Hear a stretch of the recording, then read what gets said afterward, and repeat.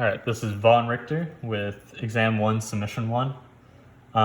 Just to quickly go over the basis in our situation in this question. We have a 10 centimeter long capillary tube. The left half is filled with water. The right half is filled with D2O. We are given the molecular weight and the mass concentration. Have to note that this is a closed capillary tube. And then to the right here, we have some equations that we're going to be using in the future questions. So reading off the first question, what is the overall mass flux n corresponding to the maximum molar diffusion flux?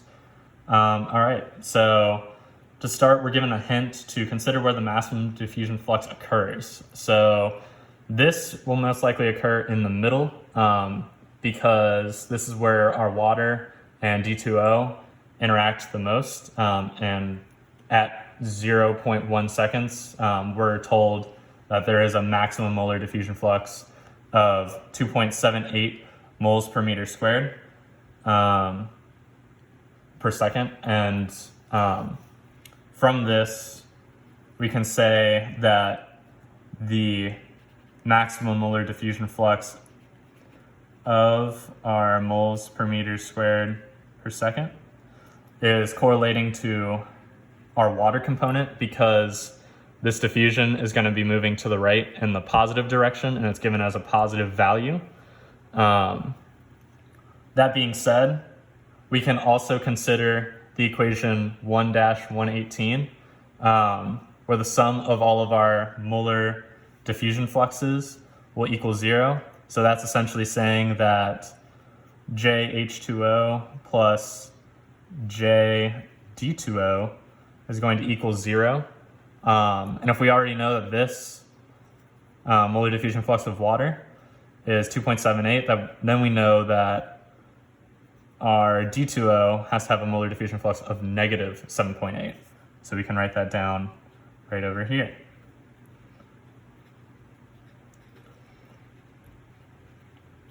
So now we need to find a way to relate this to our overall mass flux. So first, we're going to try to get the mass flux of our individual components.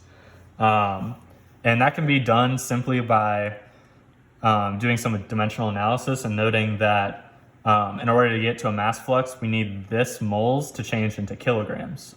We can do that very easily using our molecular weight. So here we're just going to multiply by the molecular weight of water, which is 0.018 kilogram per mole. So our moles will cancel out. And using a calculator, you will get the mass flux for water to be 0.05004 kilogram per meter squared per second. And then doing the same methodology down for our D2O, we'll get the component mass flux equal to negative 0.0556 kilogram per meter cubed per second.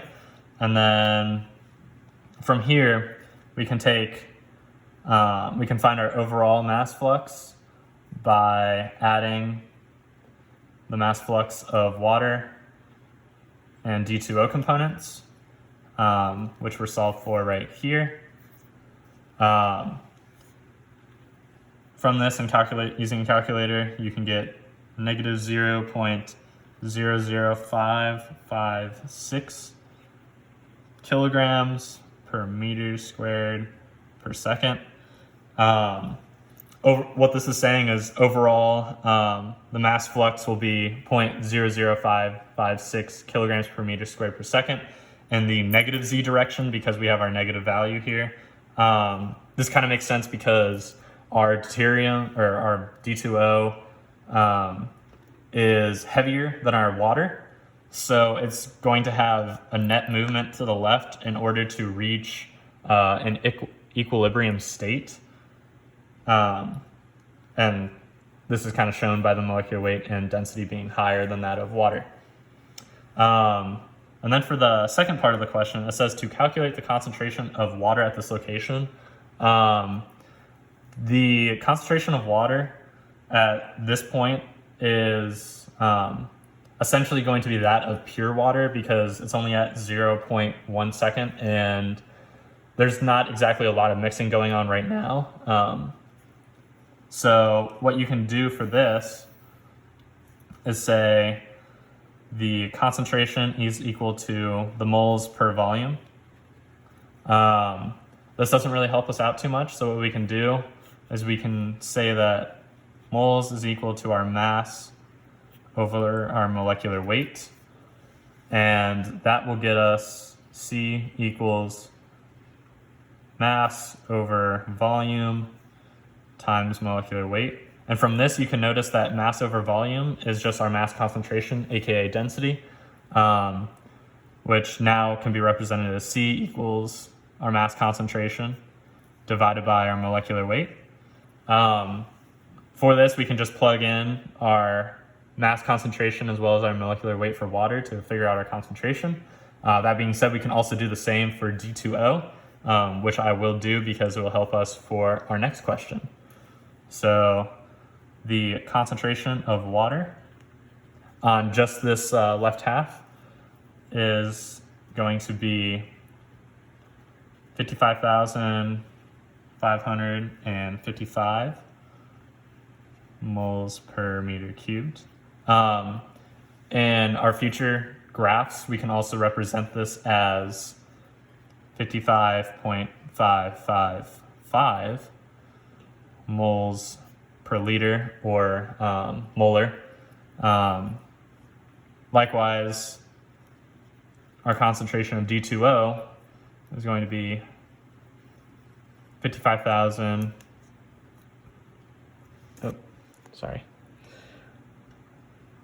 Moles per meter cubed. Okay. And now, if we move on to question 2, it states, make an order of magnitude estimate for the maximum driving force for diffusion at t equals 0.1 seconds. From this, we're going to use our 1-27 equation. And I'll just rewrite it down here. So our driving force of component I is equal to the sum of xi, jj, xj, ji divided by c, and then our Stefan-Maxwell diffusivity coefficient. From this, we're going to first determine our xi.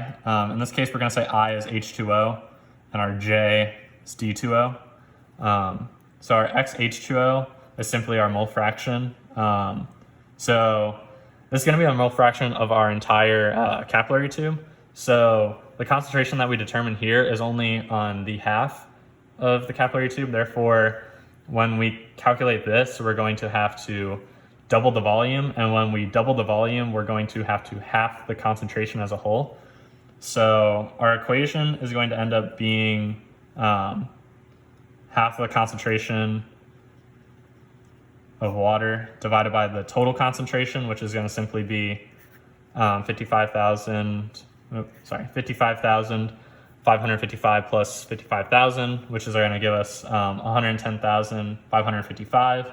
And then you're going to have to divide that by 2 in order to get our overall concentration.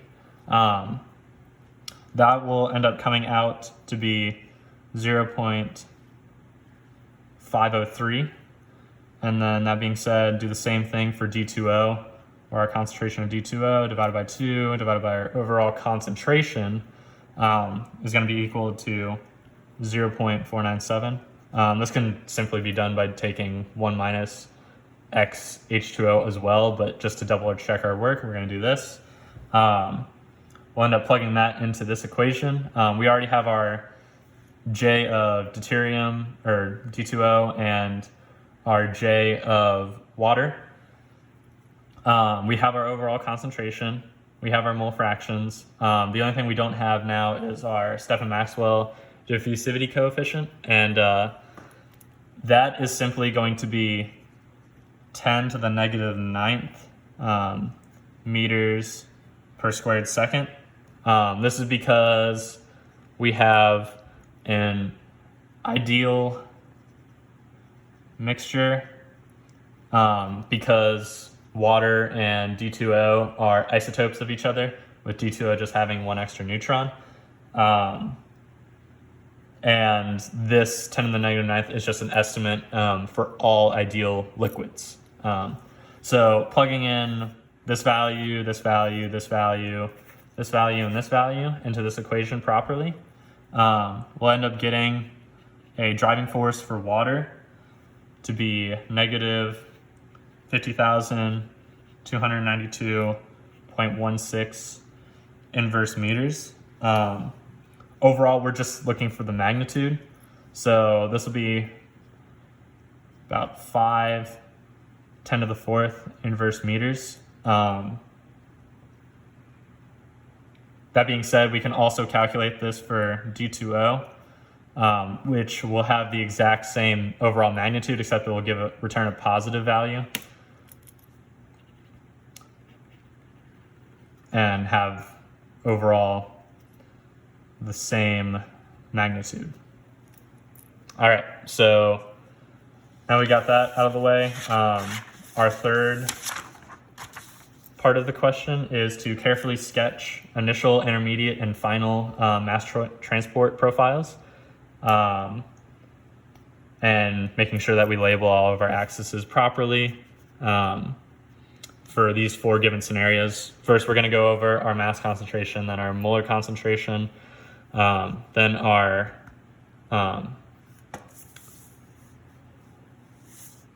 diffusion flux, and our mass flux. Molar diffusion flux, sorry. And then, so for our first one, we have our mass concentration of water shown in red and our mass concentration of D2O shown in blue. Initially, you're going to have each species essentially keeping their constant pure mass concentrations. So water is going to have 1,000 kilograms per meter cubed, and D2O is going to have 1,100 kilograms per meters cubed. There is going to be some mixing here at the 5 centimeter position. This might even be a little exaggerated, but in order to show it clearly on the graph, this is how I drew it.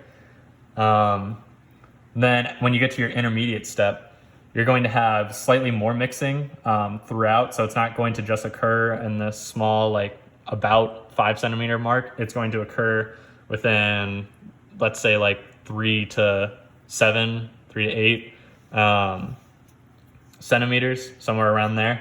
And then eventually it will reach equilibrium. And the equilibrium values can actually be found by simply determining that our initial mass concentration is going to even out throughout the whole thing, therefore doubling in volume. So all we're going to have to do is take our initial mass concentration and divide by 2, since we're doubling our volume. So for deuterium, it's going to be 550 kilograms per meters cubed, and for water, we're going to have 500 kilograms per meters cubed. Very similar, our molar concentration. We have our initials that aren't really going to change too much since they're not interacting too much. And then that's eventually going to there's going to be more mixing. So there's going to be less of our pure water and pure D2O. And it will eventually reach an equilibrium point, which for water, it will be 27.8 molar. And for deuterium, it'll be 27.5 molar. Moving on to our molar diffusion flux, we have, for water, it's going to be moving in the right direction, aka the positive direction. So we're going to have a positive value of 2.78, which we discussed in problem 1. And then for D2O, we're going to have that same value of negative 2.78 that we also discussed in problem 1. This peak here is going to be very sharp for each of them because there's very limited interaction. It's really only diffusing across this 5 centimeter point at 0.1 second. At the intermediate, this peak is essentially going to broaden out a little bit more as some of the water enters the right side of the capillary tube and it begins to interact with the D2O on the right side. That being said, the same idea can be considered for the D2O, where the D2O is now on the left side of the capillary tube and can now interact with the water in order to have some level of molar diffusion there. That being said, the peak will also not be quite as high because there will be less immediate diffusion as it's going to diffuse across the whole thing a little bit more. But eventually, this will scrunch down to a point where it is 0 and it's at equilibrium, where the water and D2O will have no molar diffusion across the whole thing. Then for our last graphs, looking at where N are our overall mass flux, overall it's going to be negative as we determined in question 1 right here. So we determined that it was negative 0.00556 kilograms per meter squared times seconds. So we drew that peak here. And similar to what we said above, this is going to have a very high peak in terms of magnitude because there's a lot of diffusion only occurring at the 5 centimeter point, and then it will broaden out and allow for more diffusion at various points as the water and D2O see each other on either side of the capillary. And then we'll also reach equilibrium as there is no overall mass flux at any point now that there's water and D2O equally spread out. All right, that is it. Thank you.